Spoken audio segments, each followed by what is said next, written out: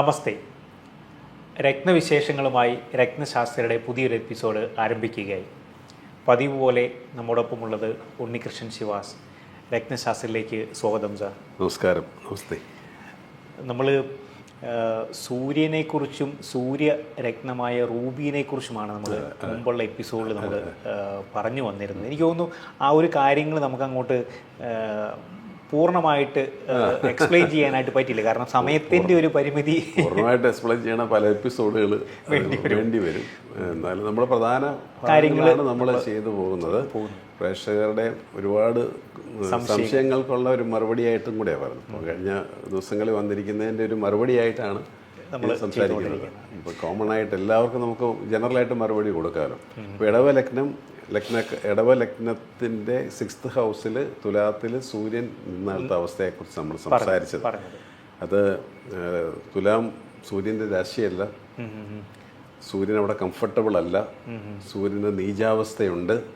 ആ നീചാവസ്ഥ വരുന്നത് എന്തുകൊണ്ടാണ്, ഒരു ശനിക്ക് ഉച്ചസ്ഥിതി അവിടെ വരുന്നത് എന്തുകൊണ്ടാണ് എന്നൊക്കെ നമ്മൾ കുറച്ച് ടച്ച് ചെയ്ത് പോയി. അപ്പോൾ സൂര്യൻ്റെ നീചാവസ്ഥ പൂർണ്ണമായിട്ടും നീചപ്പെട്ടിട്ടുണ്ടെങ്കിൽ ആള് ഇനി സൂര്യദശയാണെന്നോ അല്ലെങ്കിൽ സൂര്യൻ വളരെ മോശമായിട്ട് നിൽക്കുന്നെന്നോ അപ്പോൾ അതിനെ ഒന്ന് എൻഹാൻസ് ചെയ്യണമെന്നോ ഒക്കെ പറഞ്ഞ് സൂര്യൻ്റെ രത്നം ഒരിക്കലും ധരിക്കരുതെന്നാണ് പറഞ്ഞു വരുന്നതിൻ്റെ രത്ന ചുരുക്കം. അങ്ങനെ ചെയ്തു കഴിഞ്ഞാൽ ആൾക്കത് ഭയങ്കരമായിട്ടുള്ള ദോഷകരമായിട്ട് റോങ് എഫക്റ്റ് ഉണ്ടാകും. അതേസമയം ഇടവലഗ്നം തന്നെ, ഇടവലഗ്നത്തെ മാത്രം തന്നെ സംസാരിക്കാം, അപ്പോൾ എളുപ്പമാണ്. ഇടവലഗ്നം ചിങ്ങത്തിൽ സൂര്യൻ നിൽക്കുന്നു ഇല്ലേ? ഇടവം, മിഥുനം, കർക്കിടകം, ചിങ്ങം, 4th ഹൗസിൽ. 4th ഹൗസ് സൂര്യൻ്റെ സ്വക്ഷേത്രമാണ്, ഓൺ ക്ഷേത്രമാണ്, ഓൺ ഹൗസാണ്. അവിടെ തന്നെ ചിങ്ങമാസത്തിൽ ജനിച്ച ഒരാൾ, അപ്പോൾ ചിങ്ങത്തിൽ തന്നെ സൂര്യൻ കാണും. ഒരാളുടെ ഏത് മലയാള മാസത്തിലാണ് ജനിക്കുന്നതെന്ന് ഇപ്പോൾ ഒരു ഗ്രഹനില മാത്രമേ ഉള്ളൂ. അപ്പം ബാക്കി ഡീറ്റെയിൽസൊക്കെ കുറവാണെങ്കിൽ ഏത് മാസമായിരിക്കുന്നത്, സൂര്യൻ ഏത് ഹൗസിലാണ് നിൽക്കുന്നത് അതാണ് പുള്ളിയുടെ ആ ജന്മമാസം. ചിങ്ങത്ത് നിന്നാൽ ചിങ്ങമാസം ജനിച്ചു എന്ന് പറയാം, കന്നിയിൽ നിന്നാൽ കന്നിമാസം ജനിച്ചു എന്നറിയാം. അങ്ങനെ സൂര്യസ്ഥിതികൾ നോക്കിക്കഴിഞ്ഞാൽ നമുക്ക് ഏത് മാസമാണെന്ന് അറിയാൻ പറ്റും. മനസ്സിലല്ലേ? ഇപ്പം ചന്ദ്രസ്ഥിതി നിൽക്കുന്ന എവിടെയാണെന്ന് ചോദിച്ചാൽ ഇപ്പം കർക്കിടകത്തിൽ ചന്ദ്രൻ നിൽക്കുന്നു ഇല്ലേ?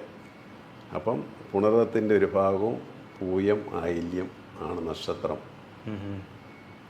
എന്ന് നമുക്ക് അനുമാനിക്കാം. അതാണ് ഈ ഗ്രഹങ്ങൾക്ക്. അത് മറ്റ് ഗ്രഹങ്ങൾക്കൊന്നും കൊണ്ട് നമുക്ക് പെട്ടെന്ന് മനസ്സിലാകത്തില്ല. ഇയറൊക്കെ കാൽക്കുലേറ്റ് ചെയ്യാൻ പറ്റുമെങ്കിലും പെട്ടെന്ന് നമുക്ക്, അതാണ് സൂര്യചന്ദ്രന്മാരുടെ ഒരു പ്രാധാന്യം അത് തന്നെയാണ്. അപ്പം ഈ സൂര്യൻ 4th ഹൗസ്, ഇടവലഗ്നക്കാരന് 4th ഹൗസിൽ സൂര്യൻ നിൽക്കുന്നു. സൂര്യൻ സ്വക്ഷേത്ര ബലവാനായിട്ട് നിൽക്കുന്നു. ഇനി പുള്ളിക്ക് ആദിത്യ ദശയും കൂടെയാണെന്ന് വിചാരിക്കുക. അപ്പോൾ വളരെ ശ്രദ്ധിച്ച് വേണം മനസ്സിലാക്കാനായിട്ട്. ഇടവലഗ്നം സൂര്യൻ നീചത്തിൽ, സൂര്യദശാകാലം ആ വ്യക്തിക്ക് ഒരിക്കൽ പോലും ആ രത്നം അവിടെ സ്യൂട്ടബിൾ അല്ല. കാരണം 6th ഹൗസാണ്, ഇടവത്തിൻ്റെ 6th ഹൗസ് തുലാം. അവിടെ നീചപ്പെട്ട് നിൽക്കുന്നത് കൊണ്ട് രോഗങ്ങളും എക്സ്പോഷറുകളും ഈ പറഞ്ഞ പോലെ ഒരു സൽകീർത്തി ഒന്നുമില്ലാത്ത അവസ്ഥ, തെറ്റിദ്ധാരണകൾ ഉണ്ടാവുക ചെയ്യുന്നത്. സൂര്യൻ നീചപ്പെട്ട് നിന്നാൽ തെറ്റിദ്ധാരണകൾ, നമ്മൾ എന്തെല്ലാം ചെയ്താലും അതിനകത്തൊരു അക്സെപ്റ്റൻസ് ഇല്ലാതെ വരിക, അംഗീകാരം ഇല്ലാതെ വരുന്ന അവസ്ഥയാണ് ഇടവലഗ്നക്കാർക്ക് സൂര്യൻ നീചത്തിൽ നിന്നാൽ. മനസ്സിലാവും? ക്ലിയർ. ഇതേ ഇടവലഗ്നക്കാരൻ വേറൊരു വ്യക്തി ചിങ്ങത്ത് ജനിച്ചിരിക്കുന്നു, സൂര്യദശ നടക്കുന്നു. 4th ഹൗസ് എന്ന് പറയുന്നത് വീട്, ലാൻഡ്, പ്രോപ്പർട്ടി എല്ലാമാണ്. ആ ഇടവലഗ്നത്തിൻ്റെ 4th ഹൗസ് ചിങ്ങം എന്ന് പറയുന്നത് സൂര്യൻ്റെ ഓൺ ഹൗസാണ്. മനസ്സിലല്ലേ? അപ്പം സൂര്യൻ അവിടെ ഒരു പോസിറ്റീവായിട്ട് തന്നെയുള്ള. അപ്പം ഈ സൂര്യദശാകാലത്ത് വേണമെങ്കിൽ അച്ഛൻ്റെ പ്രോപ്പർട്ടിയിലോ അല്ലെങ്കിൽ അച്ഛൻ്റെ വീടോ ഒക്കെ ഈ വ്യക്തിയിലേക്ക് വന്നു ചേരുന്ന ഒരവസ്ഥ, സ്ഥിതിവിശേഷം കൂടെയാണ്. അപ്പോൾ ലഗ്നം നോക്കണം, ഇടവലഗ്നം എന്ന് ഓർത്തോണം. അതുകൊണ്ടാണ് നമ്മൾ ഓരോ വ്യക്തിയുടെയും ചാർട്ടാണ് ഇതിനകത്ത് ഇമ്പോർട്ടൻസ്. അത് കൃത്യമായിട്ട് നമ്മൾ നോക്കിയതിന് ശേഷമേ. അപ്പോൾ ഇപ്പോൾ ഇടവലഗ്നം, ഇപ്പോൾ പലരും ഈ ഷോ കണ്ടുകൊണ്ടിരിക്കുന്ന ആൾക്കാർ ഇടവലഗ്നമാണല്ലോ അവർ ചിങ്ങത്തിലാണ് സൂര്യൻ. അപ്പോൾ പെട്ടെന്ന് റൂബി ഊരി വെക്കരുത്. ഇടവലഗ്നക്കാർക്ക് മുമ്പേ പറഞ്ഞത് തുലാം രാശിയിൽ സൂര്യൻ നിന്നാലത്തെ അവസ്ഥയാണ് പറഞ്ഞത്. ആ ചിങ്ങത്തിൽ നിന്നാൽ റൂബി ധരിക്കുക അവർക്ക്. ഒരുപാട് ക്യാരറ്റേജ് ധരിക്കാൻ പാടില്ല എന്ന് മാത്രമേ ഉള്ളൂ. കാരണം ഹീറ്റ് പ്രൊഡ്യൂസ് ചെയ്യുന്ന സ്റ്റോൺ ആയതുകൊണ്ട് ഒരു മിനിമം ക്യാരറ്റേജ് മാത്രം ഉപയോഗിക്കും. എനിക്ക് തോന്നുന്നു ആ ഒരു സ്റ്റോണിൻ്റെ വെയിറ്റ് അല്ലെങ്കിൽ ക്യാരറ്റേജ് എത്രത്തോളം ഉപയോഗിക്കണം, ആ ഒരു വിവരങ്ങൾ നമുക്കൊരു ബ്രേക്കിന് ശേഷം പ്രേക്ഷകരുമായി പങ്കുവയ്ക്കാം.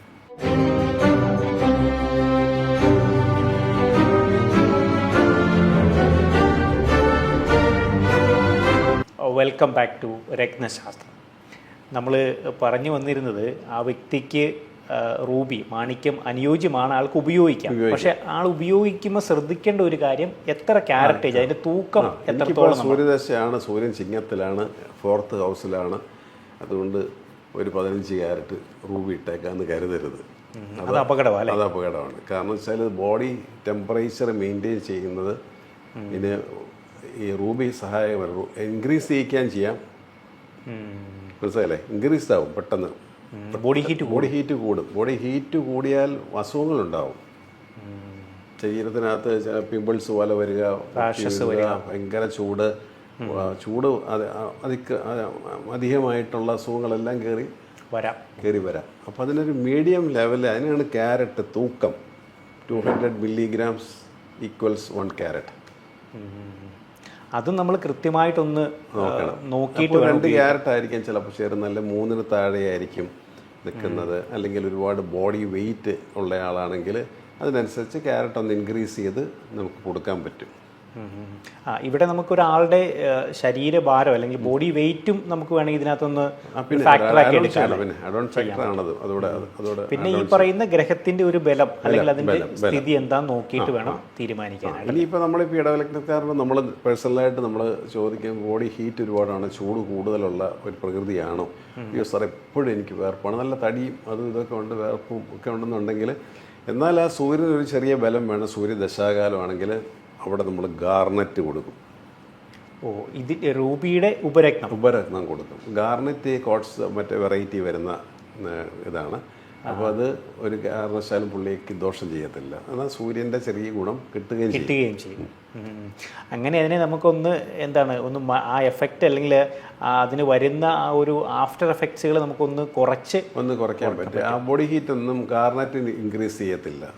എന്നാൽ സൂര്യൻ്റെ ഉപരത്നമാണ് തന്നെ, റൂബിയുടെ ഉപരത്നമാണ്. സൂര്യൻ്റെ അല്ല, റൂബിയുടെ ഉപരത്നമാണ്. ഇവിടെ ശ്രദ്ധിക്കേണ്ടതായിട്ടുള്ള ഒരു പ്രധാന കാര്യം നമുക്കിപ്പം റൂബി അനുയോജ്യമാണ് എന്ന് വിചാരിച്ചിട്ട് നമ്മൾ അതിൻ്റെ ക്യാരറ്റേജ് അധികം വാങ്ങി ധരിക്കരുത്. അത് കൃത്യമായിട്ട് നമ്മൾ അതിൻ്റെ തൂക്കത്തിലും അളവിലുമാണ് ധരിക്കേണ്ടതാണ്. അതുപോലെ തന്നെ ഈ ചിലപ്പം ആൾക്കാർക്കുള്ളൊരു ഒരു സംശയമാണ്, ചെറിയ ക്യാരറ്റ് ഇട്ടാൽ അതിൻ്റെ ഗുണം കുറയുമോ, കൂടുതൽ ക്യാരറ്റ് ഇട്ടാൽ ഗുണം കൂടുമോ എന്നുള്ള ഒരു സംശയം പലർക്കും. ഇപ്പോൾ മിനിമം ക്യാരറ്റേജിന് മേളിൽ നിന്നെങ്കിലേ രത്നങ്ങൾ നമുക്കത് അതിൻ്റേതായിട്ടുള്ള രീതിയിൽ ഫങ്ഷൻ ചെയ്യത്തുള്ളൂ. കാരണം നമുക്ക് ഒരു മനുഷ്യന് ഇപ്പോൾ ആവശ്യമുള്ള ഭക്ഷണം, ആവശ്യമുള്ള വെള്ളം, ആവശ്യമുള്ള വൈറ്റമിൻസ്, മിനറൽസ് എല്ലാം വേണമല്ലോ. ഇല്ലേ? അപ്പോൾ നമ്മൾ പട്ടിണി കിടക്കുന്ന അവസ്ഥയിൽ ആണെങ്കിൽ ഇതെല്ലാം മാറി, മനസ്സിലായില്ലേ? മനുഷ്യനാവശ്യമായ പോഷക ഗുണങ്ങളൊന്നും കിട്ടാതെ പോകും. എന്ന് പറഞ്ഞതുപോലെ തന്നെ ഒരാളുടെ ഏജ്, അയാളുടെ ബോഡി വെയ്റ്റ്, അയാളുടെ ആ പർട്ടിക്കുലർ ഗ്രഹത്തിൻ്റെ വെയിറ്റേജ് അല്ലെങ്കിൽ അതിൻ്റെ നിലനിൽപ്പ്, അതിൻ്റെ പ്ലസ് ഓർ മൈനസ്, ഇതെല്ലാം നമ്മൾ കണക്കിലെടുക്കണം. മനസ്സിലായി? വീക്കായിട്ടാണ് ഗ്രഹം നിൽക്കുന്നത്, വളരെ പോസിറ്റീവാണ് ആയിട്ടുള്ള പ്ലാനറ്റ് വീക്കായിപ്പോയി. അപ്പോൾ അതിനൊക്കെ നമ്മൾ ക്യാരറ്റ് കൂട്ടിയാണ് ഇടുന്നത്. കുറച്ച് ക്യാരറ്റേജ് അധികമായിട്ട് ഉപയോഗിക്കും. അപ്പോൾ ഇങ്ങനെയാണ് നമ്മൾ രത്നങ്ങൾ ആദ്യം നിർണയിച്ചു കഴിഞ്ഞാൽ അതിൻ്റെ തൂക്കം, ക്യാരറ്റേജ് നിശ്ചയിക്കുന്നത് നമ്മൾ ഈ വക പല കാര്യങ്ങളും കൺസിഡർ ചെയ്തതിന് ശേഷമാണ്. എപ്പോഴും അതിൻ്റെ ഒരു റിസൾട്ട് നമുക്ക് കിട്ടണമെങ്കിൽ നമ്മൾ അതിൻ്റെ ഒരു മിനിമം ക്യാരറ്റേജ് ഉപയോഗിക്കണം. എന്നിരുന്നാൽ പോലും നമ്മളത് അധികമായിട്ടോ അല്ലെങ്കിൽ ഉപയോഗിക്കുന്നത് നമ്മളത് വളരെ സൂക്ഷ്മതയോടെ വേണം ചെയ്യണം എന്നാണുള്ളത്. പ്രത്യേകിച്ച് ഈ സൂര്യരത്നമായ റൂബിയുടെ ഉപയോഗത്തിൽ അതാണ് നമ്മൾ കൂടുതലും ശ്രദ്ധിക്കേണ്ടത്. ഇപ്പോൾ ചിങ്ങലഗ്നം, ഈ ലഗ്നാധിപൻ ഇദ്ദേഹം മേടത്തിൽ ജനിച്ച ഒരാളാണെന്ന് വിചാരിക്കുക. അപ്പോൾ ചിങ്ങ ലഗ്നമാണ് മേടമാസം ജനിച്ച ആൾ. അപ്പോൾ മേടത്തിലായിരിക്കും സൂര്യൻ നിൽക്കുന്നത്. അപ്പം മേടം 10-നൊക്കെ മുന്നേ ആണെങ്കിൽ നല്ല ഉച്ചസ്ഥിതി നിൽക്കുന്നത്. ബർത്തിന് ഒരു സവിശേഷതയുണ്ട്. അപ്പോൾ കാരണം സൂര്യൻ അപ്പോൾ വളരെ കേപ്പബിളായിട്ടുള്ള ആളായിരിക്കും, റെക്കഗ്നൈസ്ഡ് ആയിരിക്കും, നാട്ടിൽ അറിയപ്പെടുന്ന ആളായിരിക്കും, അല്ലെങ്കിൽ ഏത് മേഖലയിൽ നിന്നാലും അതിനകത്ത് ശോഭിക്കുന്ന ആളായിരിക്കും. ഇങ്ങനെയുള്ള പല കാര്യങ്ങളും ആ സൂര്യൻ ഉച്ചത്തിൽ നിൽക്കുകയും പിന്നെ ചിങ്ങ ലഗ്നം കൂടെയാണ്. ലഗ്നാധിപനാണ്. ലഗ്നാധിപൻ എന്ന് പറഞ്ഞാൽ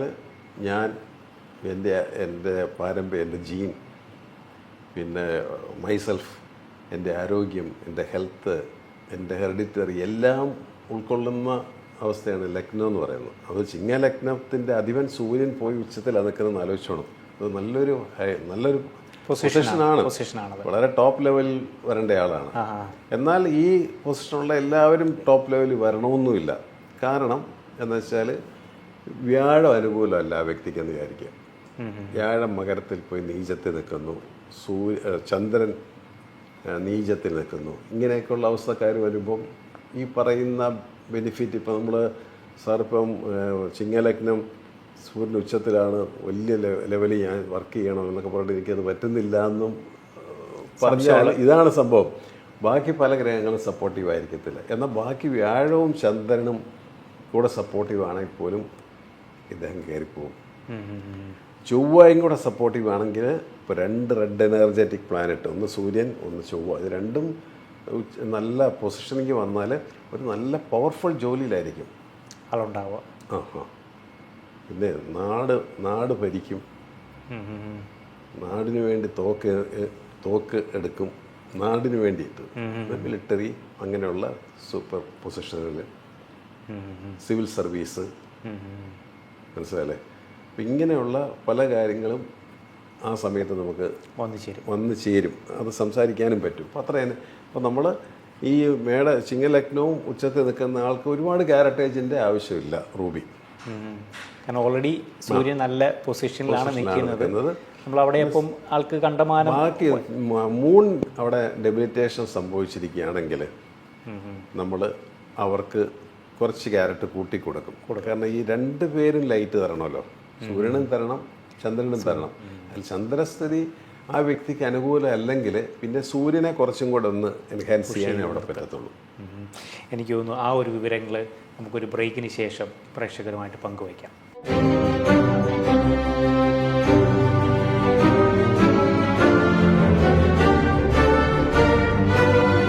വെൽക്കം ബാക്ക് ടു രത്നശാസ്ത്ര. നമ്മൾ പറഞ്ഞു വന്നിരുന്നത് സൂര്യരത്നമായ റൂബിയെക്കുറിച്ചും റൂബിയുടെ ഉപയോഗത്തിൽ നമ്മൾ ശ്രദ്ധിക്കേണ്ട കാര്യങ്ങളാണ്. അതായത് റൂബി എനിക്ക് അനുയോജ്യമാണ് എന്ന് വിചാരിച്ചിട്ട് നമുക്ക് കണ്ടമാനം അല്ലെങ്കിൽ വെയിറ്റ് അധികം ഉപയോഗിക്കുന്നതും ഒരു അപകടം വരുത്തി വെക്കാം എന്ന് നമ്മൾ പറയേണ്ടത്. പിന്നെ അതിൻ്റെ പല പല പൊസിഷൻസ് നമ്മൾ പറഞ്ഞു. റൂബി ദശാകാലമാണ്, സൂര്യൻ്റെ ദശാകാലമാണെങ്കിൽ പോലും നമ്മൾ റൂബി ഉപയോഗത്തിൽ ശ്രദ്ധിക്കേണ്ട കാര്യങ്ങളൊക്കെ നമ്മൾ പങ്കുവച്ചു. അപ്പോൾ ഈ ക്യാരറ്റേജിനെ കുറിച്ചും പറഞ്ഞു. റൂബി ഇപ്പം നമുക്ക് ധാരാളമായിട്ട് കിട്ടുന്ന ഒരു രത്നമാണ്. അത് നമുക്ക് കണ്ടമാനം നമുക്ക് കണ്ടുവരുന്ന ഒരു രത്നം കൂടിയാണ്. ഇതിൻ്റെ ഒരു അവൈലബിലിറ്റി അല്ലെങ്കിൽ ഇത് കൂടുതൽ നമുക്ക് എവിടെ നിന്നാണ് ഇതിൻ്റെ ഒരു ലഭ്യതയൊക്കെ ഇപ്പോഴത്തെ ഒരു സാഹചര്യത്തിൽ? അതായത് ഏറ്റവും ബർമീസ് റൂബി ആയിരുന്നല്ലോ ആദ്യം മൈൻ എന്ന് പറയുന്നത് ബർമയാണ്. പലരും ചോദിക്കുന്ന ഒരു ചോദ്യം കൂടിയാണ്. ആൾക്കാരുടെ മനസ്സിൽ മുഴുവൻ എപ്പോഴും ബർമീസ് റൂബിയും നമ്മൾ നെറ്റിലടിച്ചാൽ ബർമീസ് റൂബി എന്ന് കയറി വരും. അപ്പോൾ ബർമീസ് റൂബി വേൾഡ് ഫേമസ് റൂബിയാണ്. ഇപ്പം ബർമ തന്നെ ഇല്ല, അവിടെ മൈൻ ഇല്ല. മൈനിങ് ഉണ്ടെന്ന് സംസ്ഥാനം മെഡഗാസ്കർ ഇതാണല്ലോ ഇപ്പം. അവിടെ മെഡഗാസ്കർ അല്ല, മ്യാൻമാറിൽ റൂബി മൈനിങ് ഉണ്ട്. പക്ഷെ അത്ര സഫീഷ്യൻ്റായിട്ട് കിട്ടുന്നുണ്ട്, നാട്ടിൽ വരുന്നില്ല ഇപ്പം. അപ്പം റൂബിയെക്കുറിച്ച് പറയുമ്പം ആൾക്കാർ വന്ന് ചോദിക്കുന്നത് റൂബി ഇതാണ് ബർമീസ് റൂബിയാണ് ചോദിക്കുന്നത്. ബർമീസ് റെഡ് റൂബിയാണത്. അത് കിട്ടാനേ ഇല്ല. ഒരു ബർമീസ് റൂബി കണ്ടിട്ട് ഞാൻ കാലങ്ങളായി കണ്ടിട്ടില്ല. ഇപ്പോൾ ഈ അടുത്ത കാലത്തൊന്നും ഞാൻ കണ്ടിട്ടില്ല. പിന്നെ വരുന്ന മൈനുകൾ ധാരാളം ഇപ്പോൾ ഉണ്ട്, മനസ്സിലല്ലേ? ഇപ്പം മൊസാംബിക്ക്, ആഫ്രിക്കൻ രാജ്യങ്ങളിൽ നിന്ന് ഇഷ്ടംപോലെ മൈനിങ് നടക്കുന്നുണ്ട് ഈ റൂബിക്ക്. മൊസാംബിക്കൊക്കെ നല്ല റൂബിയാണ്. കാരണം അവരുടെ മണ്ണ് തന്നെ അധികം ഉഴുതുമറിക്കാത്ത മണ്ണാണല്ലോ ഈ ആഫ്രിക്കൻ രാജ്യങ്ങളിലുള്ള മണ്ണുകൾ. അപ്പോൾ അതിനകത്ത് ഫലപുഷ്ടമായിട്ടുള്ള മിനറലൊക്കെ നന്നായിട്ട് റിച്ച് മിനറൽ ഉള്ള കൺട്രിയാണത്. അവിടെ നിന്ന് വരുന്ന ഫ്രൂട്ടൊക്കെ കണ്ടിട്ടില്ലേ? ആഫ്രിക്കയിൽ നിന്ന് വരുന്ന മാംഗോസ് ഇല്ലേ, അതൊക്കെ കണ്ടിട്ടില്ലേ? അതൊക്കെ എല്ലാം നല്ല റിച്ച് ആണല്ലോ. അത് നല്ല സഫീഷ്യൻ്റ് ആയിട്ടുള്ള നല്ല നല്ല ഫ്ലഷി ആയിട്ടുള്ള മാംഗോ ഒക്കെ അല്ലേ വരുന്നത്. എന്ന് പറഞ്ഞതുപോലെ തന്നെ റൂബിയും നല്ല റൂബി മൊസാംബിക് റൂബി ആയിട്ടാണ് ഞാൻ ഇപ്പോൾ എൻ്റെ അറിവിലും എൻ്റെ എക്സ്പീരിയൻസിലും ഞാൻ മനസ്സിലാക്കിയിരിക്കുന്നത്. എക്സ്പെൻസ് കുറവാണ്, കാരണം നല്ല മൈനിങ് നടക്കുന്നുണ്ട്, അതായത് കൂടുതലായിട്ട് കിട്ടുന്നുണ്ട്. ഇപ്പം ബർമീസ് റൂബിക്ക് ഇനി എവിടെയെങ്കിലും ഉണ്ടെങ്കിലും വലിയ വില വരുന്നത് എന്താണെന്ന് വെച്ചാൽ അത് അവൈലബിലിറ്റി ഇല്ല. മനസ്സിലായില്ലേ? ഇപ്പം ഈ മ്യാൻമർ അല്ലെങ്കിൽ ബർമീസ് റൂബിയും ഈ പറയുന്ന മൊസാംബിക് റൂബിയും തമ്മിൽ കളറിൽ എന്തെങ്കിലും വ്യത്യാസങ്ങളുണ്ടോ? ട്രാൻസ്പാരൻസി കൂടുതലുണ്ട്. ഈ മറ്റേ ബർമീസ് റൂബിക്ക് ട്രാൻസ്പെറൻസി കൂടുതലുണ്ട്. ഈ പറയുന്ന മൊസാംബിക് റൂബിക്ക് കളർ ടൈറ്റാനിയത്തിൻ്റെ ഒക്കെ ഒരു കണ്ടൻസ് കൂടുമ്പം വരുന്ന വ്യത്യാസങ്ങളാണ്. മിനറൽ കണ്ടൻസിലുള്ള വേരിയേഷൻസ് ആണ് ഈ കളറിനകത്ത് കല്ലുകൾക്ക് വ്യത്യാസം വരുന്നത്. അതായത് ബേസിക്കലി അതിൻ്റെ കണ്ടന്റ് വ്യത്യാസമില്ല, കൊറണ്ടമാണ്. ഗ്രൂപ്പ് അത് തന്നെ വരുന്നത്. റെഡിഷ് കളർ ടൈറ്റാനിയത്തിന്റെ ഏറ്റക്കുറച്ചിലുകൾ ഇതിനകത്ത് കളറിന് വ്യത്യാസം വരും. ഇതൊരു പിങ്ക് റെഡിഷ് പോലെ അത് തന്നെ വരുന്നത്, ആ ഒരു കളറിൽ വ്യത്യാസമുണ്ട്. പക്ഷേ ഇതിൻ്റെ അതിൽ അടങ്ങിയിരിക്കുന്ന കണ്ടൻസുകളൊക്കെ ഈ പറയുന്ന മിനറൽ ഗ്രൂപ്പുകളും കാര്യങ്ങളൊക്കെ സെയിം ഹാർഡ്നെസ് സെയിം ആണ്. ഒരു ഏത് മൈനിൽ നിന്ന് വന്നാലും റൂബിയുടെ ഹാർഡ്നെസ് 9 ആയിരിക്കും. മനസ്സിലല്ലേ? കാരണം അങ്ങനെയാണ് ഈ കല്ലുകൾ. അപ്പോൾ ആൾക്കാർക്ക് പുതിയ പുതിയ പുതിയ പുതിയ മൈനുകൾ ഇഷ്ടംപോലെ വരുന്നുണ്ട്, നല്ല നല്ല കല്ലുകൾ വരുന്നുണ്ട്. പഴയ പേരാണ്, അതായത് ട്രഡീഷണൽ ഒരു പണ്ട് തൊട്ടേ ആൾക്കാർ കേട്ട് പരിചിതമായത് ഈ ബർമീസ് റൂബിയാണ്. അപ്പോൾ എല്ലാവരുടെയും മനസ്സിലും ആ ഒരു സംഭവം രജിസ്റ്റർ ആയിട്ടിരിക്കുകയാണ്. പിന്നെ ബർമീസ് റൂബിക്കൊക്കെ ലക്ഷക്കണക്കിന് രൂപ വരും. ഒരാളുടെ ഉണ്ടേ തന്നെ കിട്ടത്തില്ല, അത് തരത്തില്ല. അവർ തന്നാൽ തന്നെ വലിയ വില കൊടുത്ത് നമുക്ക് വാങ്ങിക്കാൻ പറ്റും. അതായത് പ്രൈസിന്റെ കാര്യത്തിൽ ആദ്യം തന്നെ അതാണോ എന്ന് നമ്മൾ സംശയിക്കണം. കാരണം അത് പെട്ടെന്ന് ഗ്ലാസ് ഫില്ല് ചെയ്ത് കൊണ്ടുവരാവുന്ന ഒരു സാധനം റൂബി. അതായത് ഈ ട്രീറ്റ്മെന്റുകൾ കൂടുതലായിട്ട് നടക്കും. ഗ്ലാസ് ഫില്ലിംഗ് ആണ് റൂബി നടക്കുന്ന നമ്പർ 1 ട്രീറ്റ്മെന്റ്. കാരണം മൈനിങ് ചെയ്യുന്ന കമ്പനികളെന്ന് പറഞ്ഞാൽ കോടിക്കണക്കിന് രൂപ ഇൻവെസ്റ്റ് ചെയ്യേണ്ട ഒരു മൈൻ ചെയ്യുന്നതാണ്. മൈനിങ്ങിൽ കിട്ടുന്ന കല്ലുകൾക്കെല്ലാം ഒരേ തരത്തിലുള്ള കളർ കാണത്തില്ല, അല്ലെങ്കിൽ ഫ്രാക്ചർ കാണും. മനസ്സിലല്ലേ? അതിൻ്റെ ആക്സിഡൻസ് കാര്യങ്ങളൊക്കെ പറ്റിയിട്ട് അത് നമുക്ക് അവർക്ക് ഉപയോഗപ്രദമല്ലാത്ത തരത്തിലേക്ക് പോകും. അപ്പം അങ്ങനെ വരുന്ന കല്ലുകൾ ഗ്ലാസ് ഫില്ല് ചെയ്ത് നല്ല ഭംഗിയും രൂപഭംഗിയും പെടുത്തി ധാരാളം മാർക്കറ്റിലുണ്ട്. ഇന്ന് ഈ നെക്ലസുകളിനകത്തൊക്കെ വരുന്ന റൂബികളുണ്ടല്ലോ, ഇത് വലിയ ഷോപ്പുകളിൽ ചെന്നാലും റൂബി നെക്ലസ് കണ്ട ഭയങ്കര ഭംഗിയാണ്. കാരണം അതിനകത്ത് ഗ്ലാസ് ഉണ്ട്, ഗ്ലാസ് ഫില്ലിംഗ് ഉണ്ട്. റൂബിയുടെ സ്റ്റോണാണ്, റൂബിയുടെ ഹാർഡ്നെസ് കാണും, റൂബിയിൽ നിന്ന് സർട്ടിഫിക്കേഷൻസ് കിട്ടും, ഇതെല്ലാം കിട്ടും. പക്ഷെ ഗ്ലാസ് ഉണ്ട് അതിനകത്ത്, അത്രയും ഷൈനിങ് ആയിട്ട് നിൽക്കും. അത് ആ ഒരു തിളക്കം കിട്ടണമെങ്കിൽ വലിയ ഷൈനിങ്. ഇപ്പോൾ നമ്മളൊരു കല്ലിപ്പോൾ ഒരു സപ്ലൈഡയിൽ നിന്ന് നമ്മൾ എടുക്കുമ്പോൾ, ലോട്ട് എടുക്കുമ്പോൾ നമ്മൾ അതിനകത്ത് നോക്കുന്നത് ഭയങ്കരമായിട്ടുള്ള ഷൈനിങ് കല്ലുണ്ടെങ്കിൽ ഞാനെടുത്ത് അങ്ങ് തിരിച്ചു കൊടുക്കുന്നത്. ഇത് വേണ്ട, കാരണം ഇത് ഗ്ലാസ് ഫില്ലിംഗ് ആണോ നമ്മൾ സംശയിക്കണം. അപ്പോൾ അങ്ങനെയുള്ള ട്രീറ്റ്മെൻറ്റുകൾ ഈ രക്തങ്ങൾ വരുന്നതോടുകൂടെ തന്നെ അതിനുള്ള ഫേക്ക് രക്തങ്ങൾ, അല്ലെ ഹീറ്റഡ് ട്രീറ്റഡ് ഡിഫ്യൂസ്ഡ് സ്റ്റോണുകൾ ധാരാളം മാർക്കറ്റിലുണ്ട്. ഹീറ്റിങ്, ട്രീറ്റിങ്, ഡിഫ്യൂസ്ഡ് ഒന്നിനും കൊള്ളുകയില്ലാത്ത. കാരണം ആ കല്ലിൻ്റെ ക്യാരക്ടർ എല്ലാം കൂടെ വെച്ച് നമ്മൾ ലാബിൽ ഗ്രോൺ ചെയ്ത് വരുന്ന കല്ലായിരിക്കും. ഹീറ്റിങ് വരുന്നത് പ്രത്യേക ടെമ്പറേച്ചറിൽ കല്ല് ഹീറ്റ് ചെയ്തിട്ട്, ഇപ്പോൾ യെല്ലോ സഫയർ ഹീറ്റ് ചെയ്തിട്ട് ബെറിലിയം എന്ന് പറയുന്ന കെമിക്കൽ ആഡ് ചെയ്ത് അത് കളർ കയറ്റുമോ, മഞ്ഞ കളർ. അതാണ് ഇന്ന് മാർക്കറ്റ് മുഴുവൻ. നിങ്ങളിപ്പോൾ ഏത് വലിയ ഷോപ്പുകളിലും അവിടെ എല്ലാം പോയി നോക്കുക, ഇളം മഞ്ഞ നിറത്തിലുള്ള കല്ലുകൾ കുറവായിരിക്കും. എല്ലാം നല്ല ഷൈനിങ് ആയിട്ടുള്ള നല്ല നാരങ്ങയുടെ കളറിൽ ഉള്ള ലെമൺ ആ ടൈപ്പിലുള്ള കല്ലുകളാണ് വരുന്നത്. മുഴുവൻ ഇത് ബെറിലിയം എന്ന് പറയുന്ന സാധനം ഇഞ്ചെക്ട് ചെയ്ത് വരുന്നതാണ്. ഇത് യെല്ലോ സഫയറിൻ്റെയോ അല്ലെങ്കിൽ ഇപ്പം റൂബിക്കും റൂബിയുടെയും കളർ എൻഹാൻസ്മെൻ്റ് ഒക്കെ ഉണ്ട്. അതിൻ്റെയൊക്കെ ഹാർഡ്നെസ് എല്ലാം കറക്റ്റ് ആയതുകൊണ്ട് അത് സർട്ടിഫിക്കേഷൻ കിട്ടും. കല്ലിന് മെയിൻലി അതിൻ്റെ ഹാർഡ്നെസ് കൂടെ കണക്കിലെടുക്കും സർട്ടിഫിക്കേഷൻ. ഹാർഡ്നെസ് ആ കല്ലിൻ്റെ റേഞ്ചിൽ നിൽക്കുന്നുണ്ടെങ്കിൽ ഇപ്പം ഒരാളാണ് 7.5, അതുപോലെ തന്നെ കൊറംഡം, ഈ റൂബി അങ്ങനെയുള്ള സഫയർ കാര്യങ്ങളൊക്കെ ആണെന്നുണ്ടെങ്കിൽ സഫയർ ഗ്രൂപ്പ് അതിനെല്ലാം 9 ആയിരിക്കും, ഡയമണ്ട് എല്ലാം 10 ആയിരിക്കും. മനസ്സിലായില്ലേ? അപ്പോൾ ആ ഹാർഡ്നെസ് അത് അങ്ങനെ തന്നെ നിലനിൽക്കും. അതിനെല്ലാം സർട്ടിഫിക്കറ്റിനകത്ത് നാച്ചുറൽ എന്ന് വരും.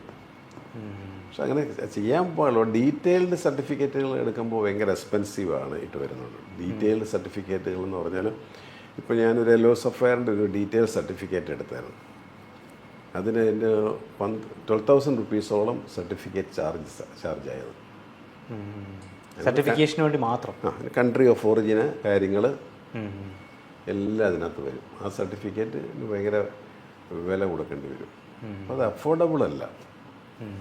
അതും പിന്നെ ഈ സ്റ്റോണിൻ്റെ വിലയും എല്ലാം. പിന്നെ നമ്മളിപ്പോൾ ചെറിയ കല്ലുകൾ, ഇപ്പോൾ കഴിഞ്ഞ ദിവസം ആരോ ചോദിക്കുന്നുണ്ടായിരുന്നു, ഒരു വൈറ്റ് ടോപ്പാസിൻ്റെ ചെറിയ കല്ല്, എക്സ്പെൻസ് കുറവാണ് കല്ല്. ആ കല്ല് നമ്മളിവിടെ സർട്ടിഫൈ ചെയ്യണമെങ്കിൽ നമുക്ക് നല്ല കോസ്റ്റ് ചാർജസ് വരും. ഏകദേശം കല്ലിൻ്റെ പകുതി ചാർജ് സർട്ടിഫിക്കേഷന് പോകും. അതൊക്കെ നമ്മൾ ചിലപ്പോൾ ആൾക്കാർ റിക്വസ്റ്റ് കൊണ്ട് മാത്രം നമ്മളിപ്പോൾ കൊടുക്കും. അപ്പം നമ്മുടെ ഷോപ്പിൽ ഒട്ടുമുക്കാൽ സ്റ്റോൺസ് നമ്മൾ ലോട്ടിൽ നിന്ന് കല്ലെടുത്തിട്ട് അത് സർട്ടിഫിക്കറ്റ് നയിക്കുവാണ്. മനസ്സിലായില്ലേ? അപ്പോൾ അത് നമ്മളുടെ വിശ്വാസം നമുക്ക് കൊടുക്കാനുള്ള ആൾക്കാരുടെ ഒരു ഇതെന്നുള്ളൂ. ഈ സർട്ടിഫിക്കേഷൻസ് വരുമ്പോഴത്തേക്കും നല്ല നല്ല ഡീറ്റെയിൽഡ് സർട്ടിഫിക്കേഷന് നല്ല ചാർജസ് നമ്മൾ പേ ചെയ്യണം.